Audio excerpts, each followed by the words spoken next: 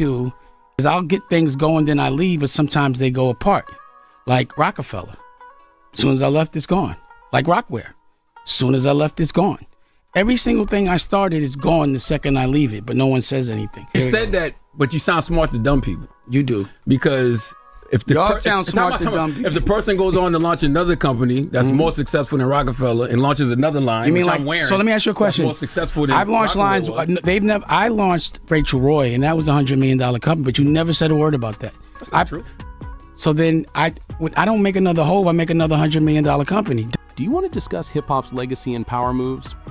Dame Dash just corrected the information regarding Jay-Z and Roc-A-Fella. The Make Another Hove line is more than just words, he says. The storyline ignores the extent to which he started the empire from the ground up. According to Dame, Roc-A-Fella isn't holding back at all, and his company wouldn't exist without him. He details the businesses he started, the agreements he reached, and the brands he established, including a $100 million partnership with Rachel Roy. He notes that others act as though everything went wrong after he left. Dame, however, is explicit. No one can take away from him the foundation he laid. He does more than merely protect himself. He questions the storyline. He is asserting that the allegations made against him are untrue. He claims that his influence is not diminished by the businesses that came after him. They demonstrate how unrivaled his business acumen was. Additionally, he criticizes word twisting, calling it harmful and deceptive. Before I play this clip for you all, I would appreciate it if you could like it, subscribe, and share your thoughts in the comments section below. Let's get started. Call you. I'm trying to clear things up, right? Yeah. So I have a couple things here that I haven't talked to you about. The thing with your daughter and the eviction. She never got evicted. So why did the son report that? Where does that stem from? So what happened was, she was out of town or some shit. Well, no. So she was sending the money to someone to send the money, and it wasn't going, and she didn't know she was out of town. So I think when she found out, she just paid it. So it got paid. So she never got evicted ever in life, ever. Never. That's another one of those false things that they say. Like, somebody might see something, but it doesn't follow through. She never got evicted. What they should have said was she at that age lived in a 3-bedroom house and apartment in Tribeca. Like a rich kid, like a Nepo baby, because her mother has a $100 million company, Rachel Roy, which I started, put my $8 million in, and now she owns it. See, what I do is I'll get things going, then I leave, but sometimes they go apart. Like Roc-A-Fella. As soon as I left, it's gone. Like Rockware. As soon as I left, it's gone.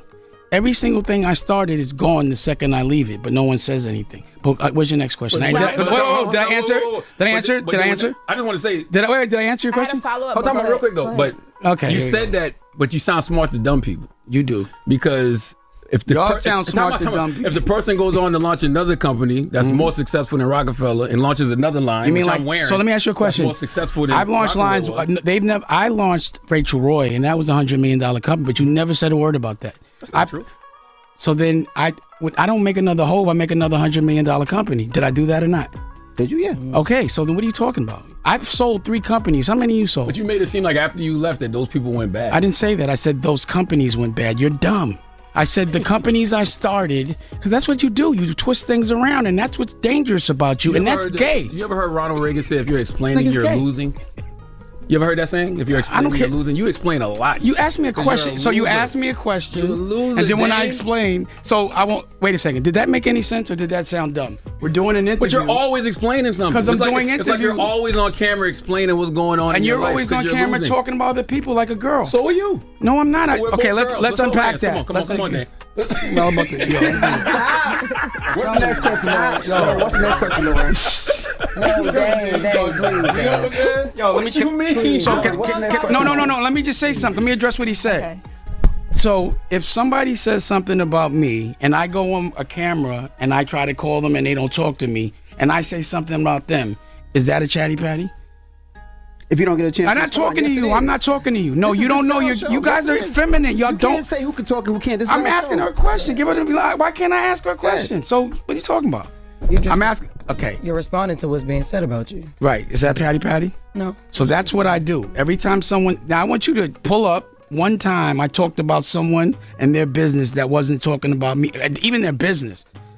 I never ever talk about any, but these people talk about. That's not true. Nate, show it. They'll pull show it. an interview. They'll tell you later. Please, I'm challenging you. Wait, I'm challenging you to tell. Not true. See, now it's not true. What about though when you did all this stuff when Jay-Z was being sued and accused of rape? You did so many interviews about that. Interviews, and he wasn't anywhere talking about Let me finish. The interviews were about his lawyer. I said I know how their lawyers act because I personally went with Shapiro and we went to war about Shapiro. And then people would ask me questions about other things that weren't complimentary. It would be impossible to discuss hip-hop history without mentioning the power struggles and conflicts that occur behind the scenes. And Dame Dash just reminded everyone of his legendary status. He is directly establishing the record regarding Roc-A-Fella Jay-Z's famous statement, "Make another whole," and he's doing it clearly this time.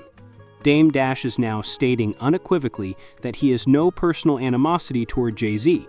He is discussing his business endeavors, business maneuvers, and firms that he has sold. He is emphasizing that he did more than just talk the talk. In addition to starting Rachel Roy and building 3 businesses, he also created a $100 million brand and started businesses that influenced the sector. When people concentrate on the drama or catchy line, they overlook that section. Dame is pleased with his accomplishments and wants everyone to see the big picture. On the other hand, consider Jay-Z's reaction upon hearing that. It seems like a direct threat to Jay-Z's legacy that Dame Dash believed he could create another Hova. Jay-Z has spent decades establishing his brand, managing Roc-A-Fella, and developing his empire, even if Dame didn't mean it as a personal jab. It must have touched a nerve to hear someone imply that there might be a different version of him. It is impossible to overstate how vehemently Jay-Z defends his reputation, his company, and his legacy in society. Context is crucial in this situation because of this. Personalities are only one aspect of the lesson. It all comes down to legacy, acknowledgement, and knowing the backstory of the songs and the transactions. Dame Dash wants everyone to keep in mind that he was a major contributor to Roc-A-Fella's success. He laid the groundwork, made the decisions, and contributed to the development of one of the most significant labels in hip-hop history. Jay-Z's response, however, serves as a reminder that even in cases where lines are hypothetical or symbolic, legacies are intensely private and fiercely guarded. Ultimately, it's beneficial to consider both viewpoints.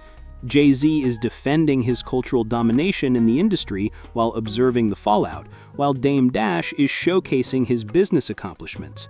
It serves as a reminder that foundation and legacy are equally important in hip-hop and business, and that the backstories are always more nuanced than they appear.